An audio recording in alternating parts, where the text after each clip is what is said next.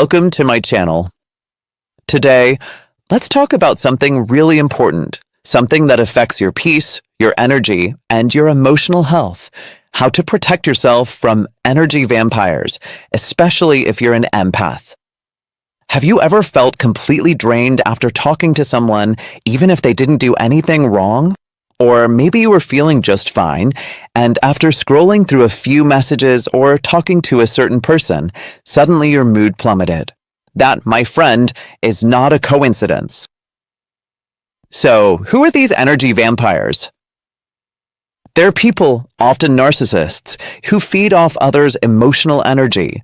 They're not necessarily evil, but they constantly seek someone to give them emotional fuel. And who do they usually find? Empaths. Empaths have this pure, soft, calming energy. It's like a peaceful river.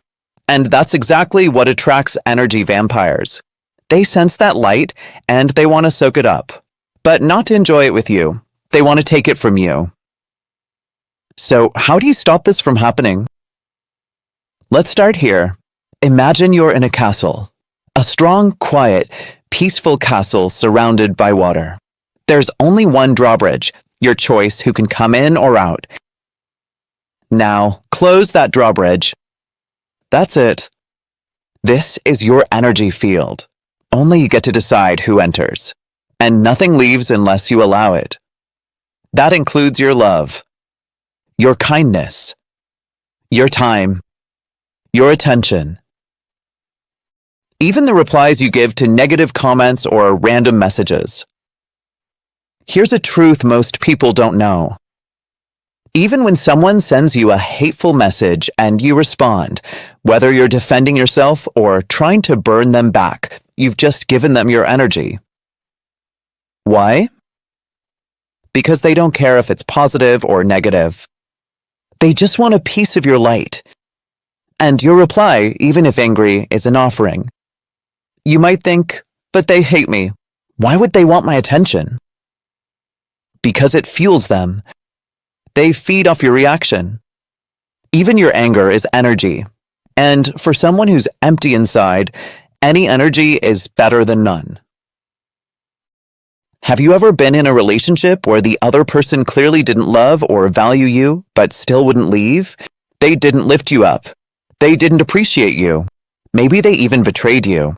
And you kept wondering, why are they still here? Because they were feeding on your energy.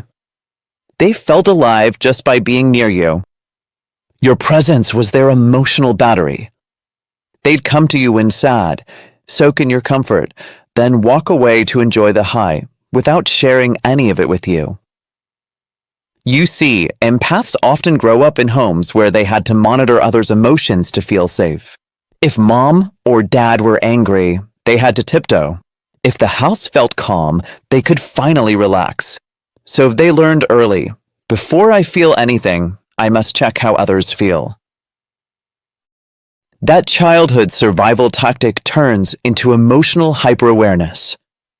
As adults, they're always tuned in, absorbing energy from everyone around them. Even before others speak, they already feel them.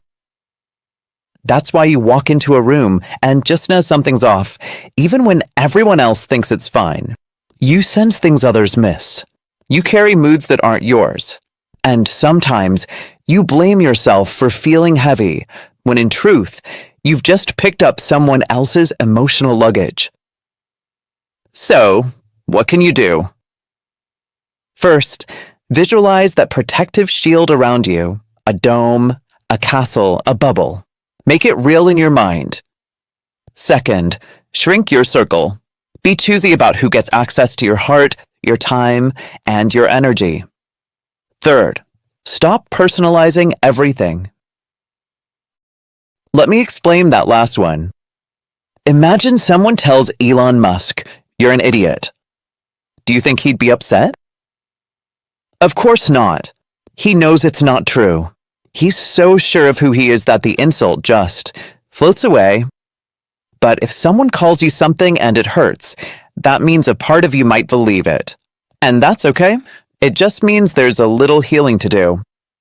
Even if the insult is true, like someone pointing out a visible flaw, why should it shake you?